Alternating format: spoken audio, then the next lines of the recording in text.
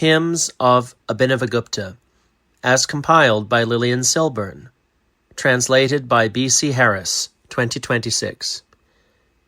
15 stanzas on awake awareness. Bodha Panchadashika. That one whose nature is the unfading light, prakāśa, of all lights and all darknesses, within whom lights and darknesses abide, is the Supreme Lord, Parameśvara, himself, the innate nature, svābhava, of all beings. For the whole multitude of existence is nothing other than his sovereign power, Śakti. And power, Śakti, does not stand apart from the nature of the one who possesses power, Shaktiman. The two are eternally identical, like fire and its power to burn.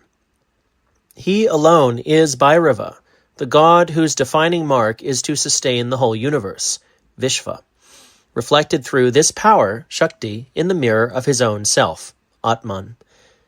She, the supreme goddess, Paradevi, is eager for the reflexive awareness, vimarśa, of the very essence of that one whose fullness, purnata, in all beings neither increases nor diminishes.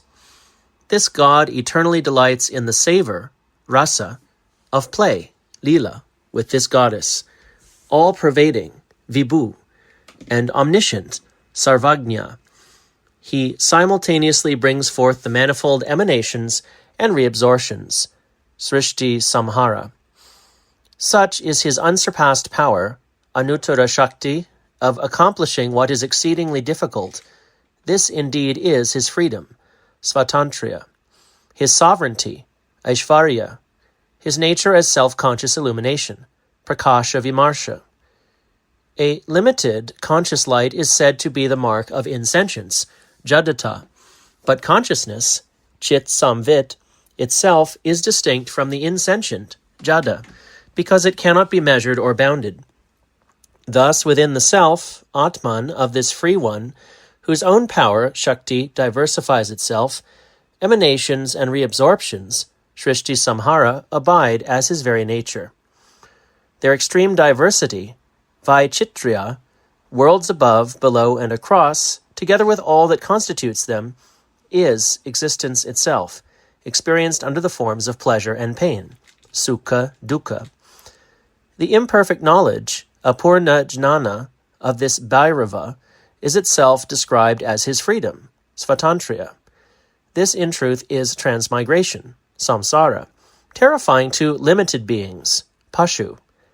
Whether through the savor of his grace, anugraha rasa, through the transmission of the Master, Guru Samkrama, through the scriptures of the Supreme Lord, Parameśvara Shastra, or by whatever other means, when perfect knowledge of reality, tattva jnana, awakens, that is liberation, moksha. That is supreme sovereignty, Parameśvara, the fullness of the awakened, and what is remembered as liberation while living, jivan mukti. In reality, since no differentiation, bheda, exists in Parameśvara, these two, bondage, bandha, and liberation, moksha, are in no way separate from the essence of the Supreme Lord. Thus one enters again and again into living contact with Bhairava, the innate nature, svābhava, of all beings, who rests upon the lotus of the trident, trishula, formed by the energies of knowledge, subtle activity, and will, jnana Śakti, kriya Śakti, icha Śakti. Closing verse. Abhinavagupta uttered these 15 verses in order to awaken directly and easily disciples of subtle and delicate mind. Inquiry into ultimate reality. Paramartha charcha. Because he penetrates all things in the highest degree, he whose essence is conscious light, chit prakāśa, does not shine apart from the lights of the sun, the moon, a lamp, and so forth. That is why the expressions illumination, prakāśa, and illuminated, prakāśya, have only a relative validity. In truth, nothing is separate from knowledge, jnana, and the differentiation born of variety, bheda, vichitra, does not exist in consciousness, saṃvid. nor is any specific distinction to be found in the one, most pure domain, Dhamman, luminous by itself, prakāśa. Thus Shiva, supreme light, prakāśa, of the universe is nothing but unity, the undivided consciousness of himself, saṃvid. And there alone, within diversified energy, vichitra Śakti, appears the differentiation divided into what grasps and what is grasped, grahaka, grahya. Consequently, the differentiated, Bheda, is not distinct from that possessor of the one, most pure and autonomous domain, svātantrya Dhamman, just as houses, elephants, horses, clouds, rivers, mountains, and so forth are not separate from the mirror or rock crystal, darpana, spatika, in which they are reflected. If, in the case of an ordinary mirror, the reflection and the reflected object, pratibimba, bimba, can be established as real with the aid of logical criteria, pramana, nevertheless, for the things perceived within the mirror of autonomous consciousness, svātantrya saṃvid, there is no other cause there. Therefore, you are nothing but undivided consciousness, akhanda saṃvid. In you, the worlds shine forth instantaneously. They flash out through the splendor of your radiance, tejas. You alone are their author, O sovereign, Ishvara. Thus I sing the praise of Lord Bhairava, intuitively felt, source of all certainty, nishchaya, and beyond proofs, pramana, the self, Atman, the sovereign who has no sovereign, plenitude of energies, Śakti purnata, without space or time, eternal, omnipresent. Those who, aspiring to ultimate reality, paramartha, carry in their heart as they should, excluding every other thought, these 7 perfect stanzas are constantly absorbed in the absolute domain, Dhamman, of Bhairava, and bring to completion the inquiry into the ultimate reality, paramartha charcha, of the 3 worlds. Offering of inner experience, anubhava nivedana. When a yogin, breath and mind, prana, manas, dissolved in the object inwardly perceived, gazes fixedly, the pupil, motionless, and although seeing the external world, does not see it. This, in truth, is the seal of Shiva, Shambhavi Mudra, or Bhairavi Mudra, brought forth by your grace, Anugraha, O Master, Guru. This domain, Dhamman, free from void and non-void, Shunya, Ashunya, that is the Shaiva reality, Shaiva Tattva. With eyes half open, thought motionless, gaze fixed upon the tip of the nose, sun and moon, Surya, Chandra, having come to dissolve into the intimate spontaneity of the triple movement, he attains reality, Tattva, that domain essentially luminous, prakāśa svabhava, devoid of all exteriority, the unique and eminent being, the supreme essence, Parameśvara. What more could be said here? Then every word issuing from his mouth is a supernatural mantra. The very existence of the body from which pleasure and pain, sukha dukkha, proceed, that is the ineffable seal, mudra. The spontaneous flow of the breath, prana, that is the prodigious yoga. Having experienced the absolute splendor, vibhava, of divine energy, Śakti, truly what would not shine forth for me? The mantra that impresses itself upon the mind is the one in which the arrangement of phonemes, varna, is no longer distinguished. The seal, mudra, arises spontaneously when all bodily activity is ceased. Yoga reveals itself when the stream of breath, pranavaha, comes to rest. In the radiant festivals that lead to your splendor, vibhava, truly, what is there for the wise, dhira, that is not a wonder? Hymn to the glory of the Absolute, Bhairava Stava, also called Padyanavaka, the 9-stanza hymn. With a mind become one with you, I bow in my heart to Lord Bhairava, refuge of the Lordless, maid of consciousness, Chinmaya, one, Eka, infinite, Ananta, without beginning, Anadi, pervading the manifold states of beings moving and unmoving.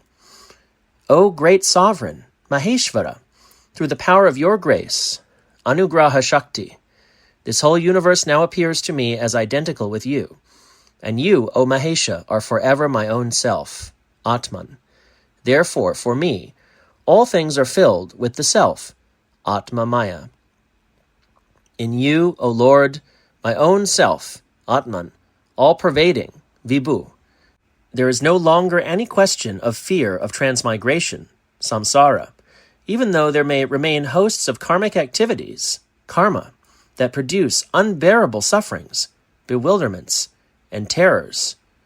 O Ender, Antaka, do not cast upon me that gaze, most dreadful and twisted with wrath. Steadied by the service and contemplation, seva, bhavana, of Shankara, I am filled with the energy of Bhairava the Terrible, Gora Bhairava Shakti. Thus the great darkness has been torn apart by the rays of consciousness, Chit Kirana, filled with you. O Lord, homage to you. Never again shall I fear death, Mrityu, Yama, the Ender, Antaka, karma, or demonic powers. Bathed by the rays of true awakening, Bodha, now arisen, the real nature, tattva, of all things in the universe is revealed.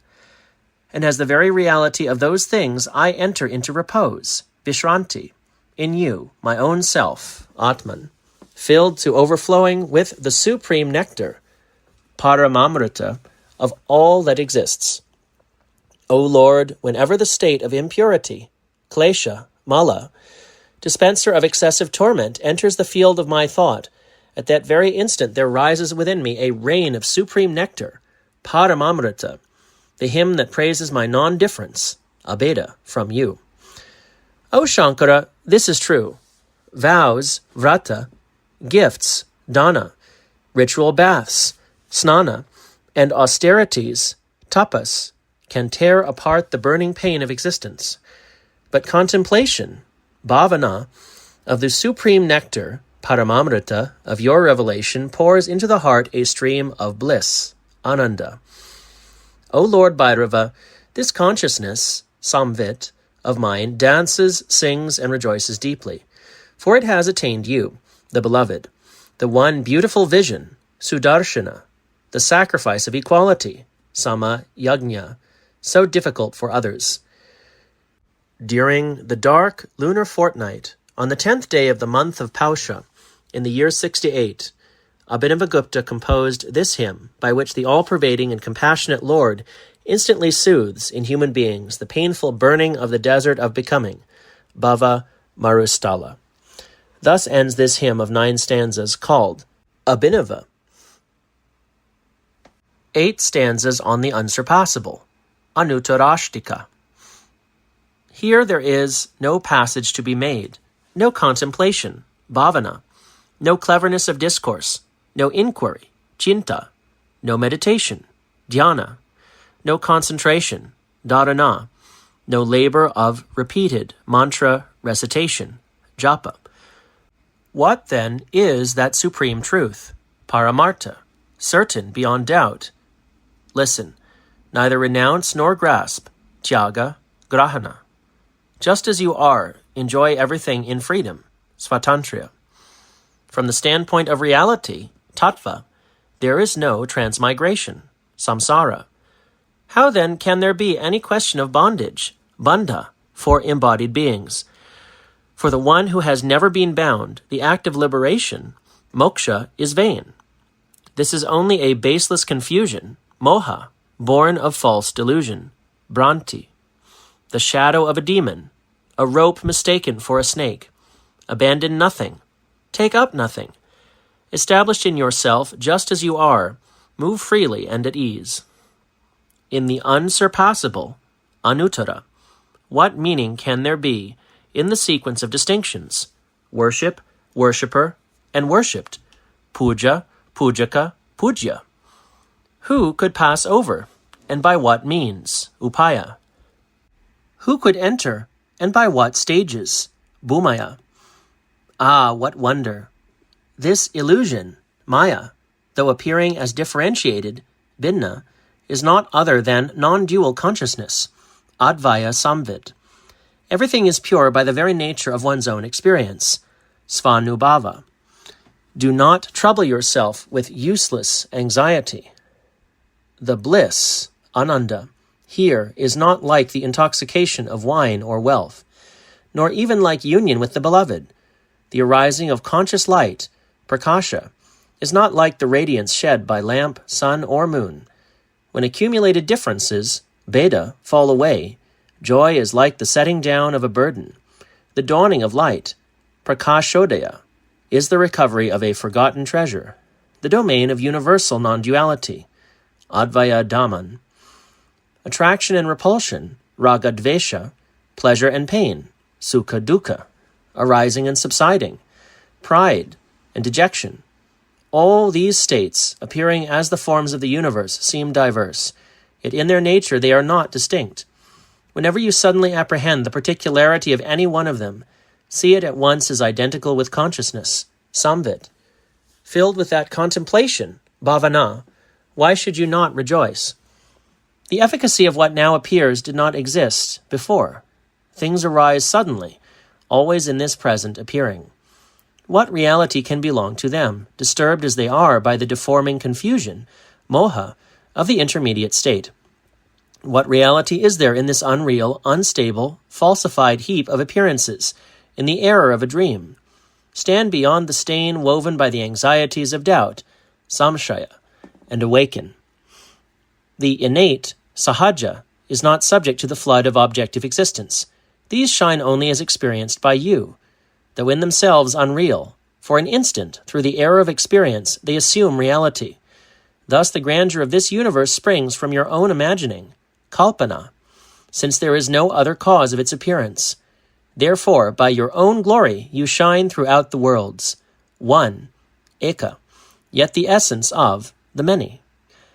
When consciousness, saṃvid, arises as immediate self-contact, svā-vimarśa, then the real and the unreal, sat, asat, the little and the abundant, the eternal and the transient, what is stained by illusion, maya, and what is pure as the self, atman, all appear radiant in the mirror of consciousness, saṃvid darpana. Recognizing all this in the light of essence, you whose greatness is founded upon intimate experience, anubhava, enjoy your universal sovereignty, vishvaishvarya. 12 stanzas on ultimate reality, paramartad vadashika. Taste peace, shanti, always. With few words, bring the whole sequence of chatter to an end. Do not fill the path with questions such as, what is this? How is it? Who are you? That which then shines as the light of the distinction between existence and non-existence, sat, asat, in an unbroken mode of being, that is the void, shunya, the domain of Shiva, Shiva Dhamman, the supreme reality, Paramartha, Brahman. What object, what meaning could be grasped there? If, after rejecting the unreal, asat, you arrive at the real, sat, that real itself is unreal. Whether unreal or real, are you not identical with that very reality, tattva? You say manifestation is independent. It is not due to the light of consciousness, chit prakāśa.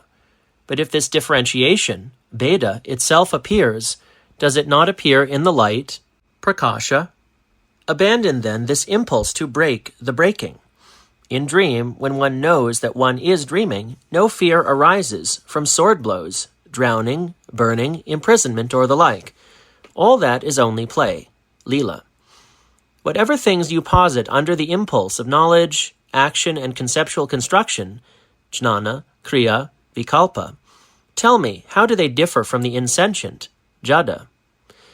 And if even the insentient flashes forth, does it not belong to the domain of non-dual consciousness, advaya saṃvid, boundless, eternal, supremely real, beyond every intellectual grasp? If you are the one who manifests things, how could illusion, moha, maya, be spread through them? And if these things manifest that illusion, is this not through you? What does it matter? Even there, your radiance, prakāśa, remains undivided. If not, then they have no existence at all. In either case, no objective existence distinct from consciousness, saṃvid, can be established. O greatness ever satisfied, spontaneous, sahaja, unrestricted, pulverizing error, O wonder, you are perpetually awakened, prabuddha. Turn your gaze outward, passing beyond the path of the visible, you say. Come now, this is only a deception resembling the Bhairavi mudra. For the sky of consciousness, chit vyoman, free from duality, dvaita, there is neither outside nor inside. The domain of its expansion leaves no room for either. Whatever is revealed when the flood of latent impressions, samskara, pours forth in confusion, that very thing must be intensely observed. If there you appear, again and again, at the beginning, in the middle, and at the end, then the differentiated universe, bidna viśva, dissolves into you. Confusion, moha, thickens when one becomes preoccupied with conjectures about suffering, dukkha. Its extreme variety is determined by the chains of error that arise together with their causes. It is like a fortress of the Gandharvas, Gandharva Nagara. If it did not manifest in the firmament of consciousness, chit vyoman, the very receptacle of the alternative between dualism and non-dualism, dvaita, advaita, where else could it shine?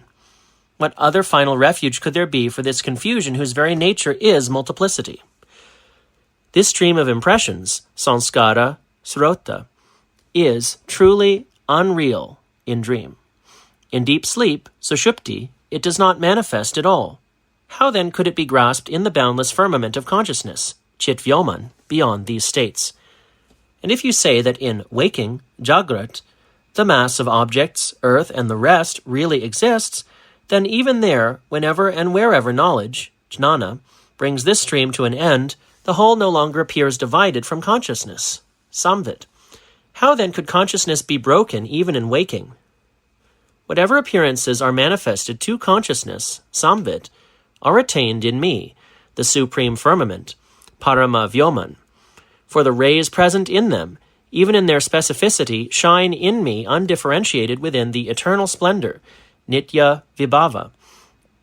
And this conscious light, chit prakāśa, boundless, autonomous, svātantrya, true, infinite, without imperfection, eternal, spontaneous, sahaja, dispersing the darkness made of the two irreconcilable enemies, dualism and non-dualism, dvaita, advaita. This light am I. Let time, kala, accumulate temporal particles. Let the Creator, Brahma, create with ardor. Let the God of love, Kama, violently shake the heart according to the prescriptions of Shiva, upon whom he depends. Whether this tumult of divine play, Lila, having the sky alone as its refuge, forms the successive phases leading to the revelation of the self, Atman, or whether it takes the body and the rest as its support, is it not within the great illusion of universal change that I perceive them all?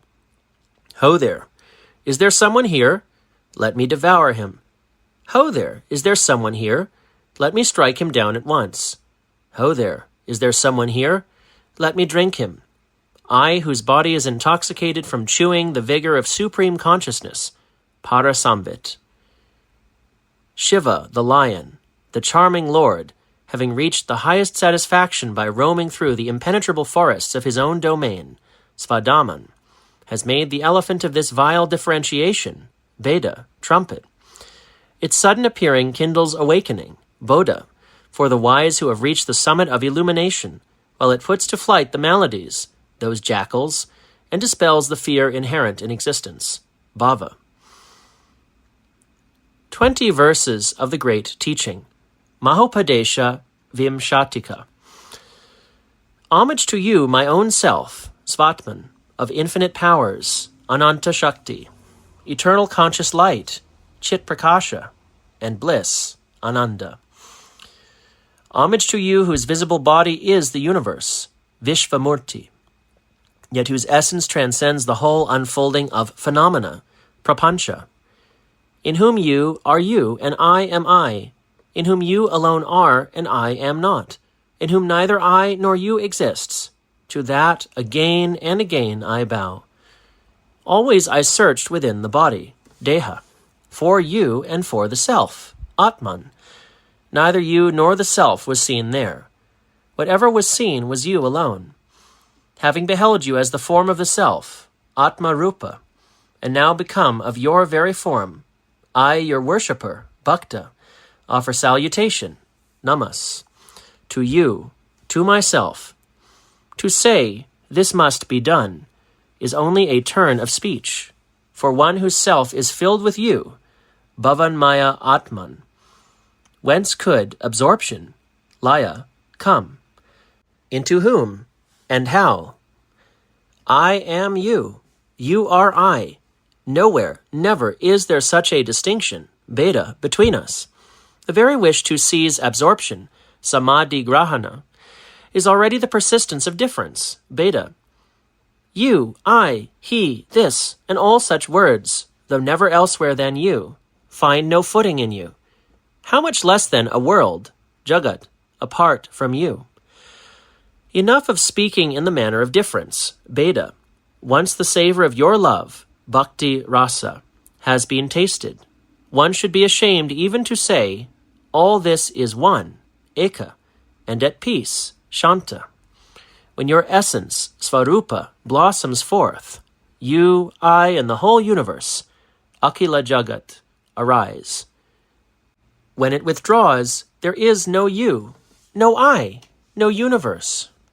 By your own will, svecha, you shine like an actor, assuming your own roles, waking, dream, deep sleep, and the rest, jagrat, svapna, sushupti.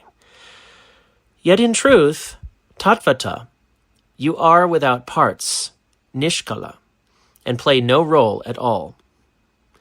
The universe awakens when you awaken. It dissolves when you sleep. Therefore this whole, made of being and non-being, sat, asat, has you as itself, tvad atmaka. The tongue wears itself out upon your name, naman. The mind, manas, wears itself out remembering you, simriti. How can there be meditation, dhyana, on the formless, arupa? What name can there be for the attributeless, nirguna?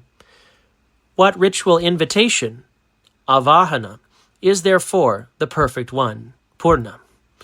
What seat, asana, for the support of all, sarvadhara? What water for the feet, padya? What offering water, argya? What rinsing of the mouth, achamana, for the utterly pure, shuddha? What ritual bath, snana, for the stainless, nirmala? What garment, vastra, for the one whose body contains the universe, vishvodara? What fragrance, gandha, for the one no substance can anoint? What ornament, abharana, for the beautiful one, ramya? What sacred cord, upavita, for the one who depends on nothing, niralamba? What flower, pushpa, for the one who has no need of fragrance? What incense, dupa, for the breathless, aprana? What lamp, deepa, for the eyeless?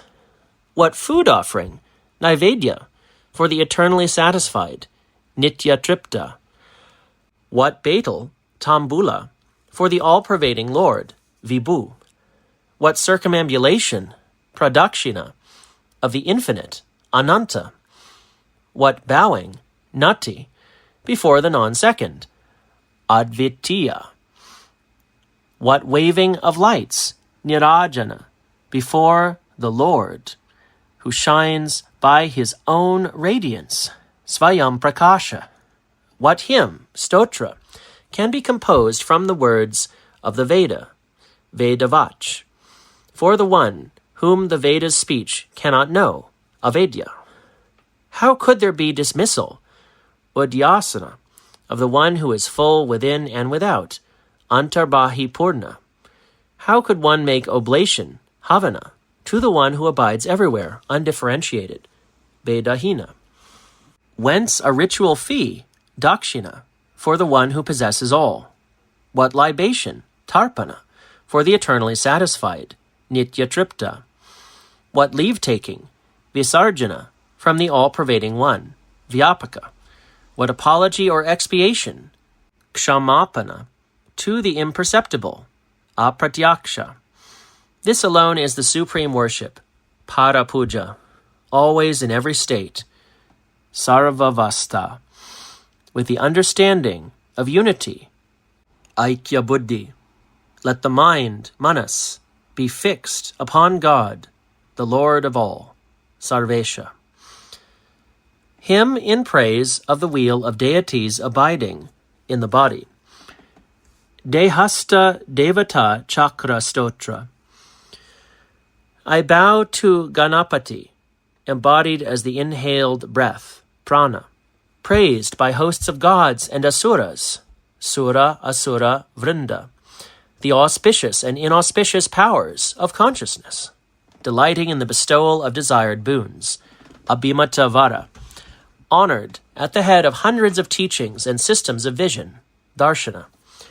I bow to Vatuka, called the exhaled breath, apana, who removes the affliction of devotees and whose lotus feet are worshipped by the lineage of perfected beings, Siddha, the assembly of yoginis, yogini gana, and the foremost heroes, Vira. I bow to Ananda Bhairava, bliss Bhairava, maid of consciousness, Chinmaya, abiding in the lotus of the heart, Prid Amboja. The goddesses of the senses, Indriya Devi, unceasingly worship him with the enjoyments of their own perceptual fields, Vishaya Bhoga.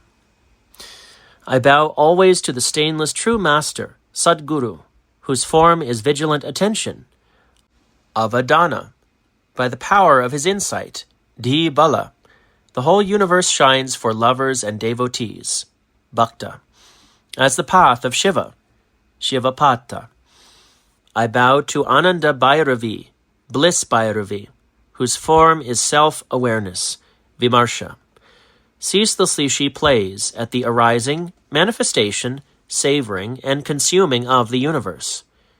Again and again I bow to Brahmani, whose form is intelligence, buddhi, seated on the eastern petal, the petal of the Lord of gods, Suresha, Indra.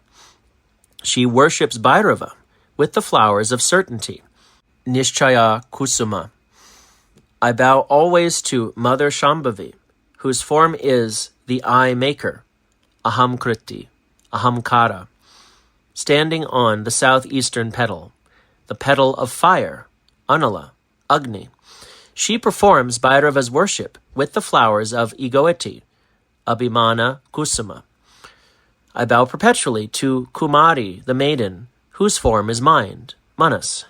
Dwelling on the southern petal, she worships Bhairava with the flowers of conceptual construction, doubt, and imagining, Vikalpa Kusuma. I bow perpetually before Vaishnavi Śakti, whose form is sound, Shabda, dwelling on the southwestern petal, the petal of Nirti. She worships Bhairava with the flowers of sound, Shabda Kusuma. I salute Varahi, who bears the form of skin and touch, Tvach, Sparsha. Established on the western petal, she delights Bhairava with heart-ravishing flowers of touch, Sparsha Kusuma. I bow to Indrani, whose body is sight, Drik, Chaksus, resting on the northwestern petal, the petal of wind, Marut, Vayu. She worships Bhairava with the finest forms and colors, Rupa. I salute Chamunda, called the tongue, the faculty of taste, Jifa, Rasa, dwelling on the northern bud, the bud of the Lord of Wealth, Dhanapati, Kubera. She always worships Bhairava with varied foods of the 6 flavors, Sadrasa. At all times, I bow before Mahalakshmi, called the nose, the faculty of smell, Grana, seated on the northeastern petal, the petal of the Lord, Isha. She worships Bhairava with manifold fragrances, Parimala. I bow continually to the Lord of the field, Kshetrapati, the master of the body, called the Self, Atman, bestower of accomplishment, siddhida, honored in the 6 systems of vision, saddarshana. He is joined to the 36 principles of reality, shatrimshat tattva. Thus I praise the wheel of deities abiding in my own body, nija deha ga devata chakra, ever arisen, sadodita, flashing and vibrating, samspurat, the very essence, sap, and savor of experience, anubhavasara, always present within all.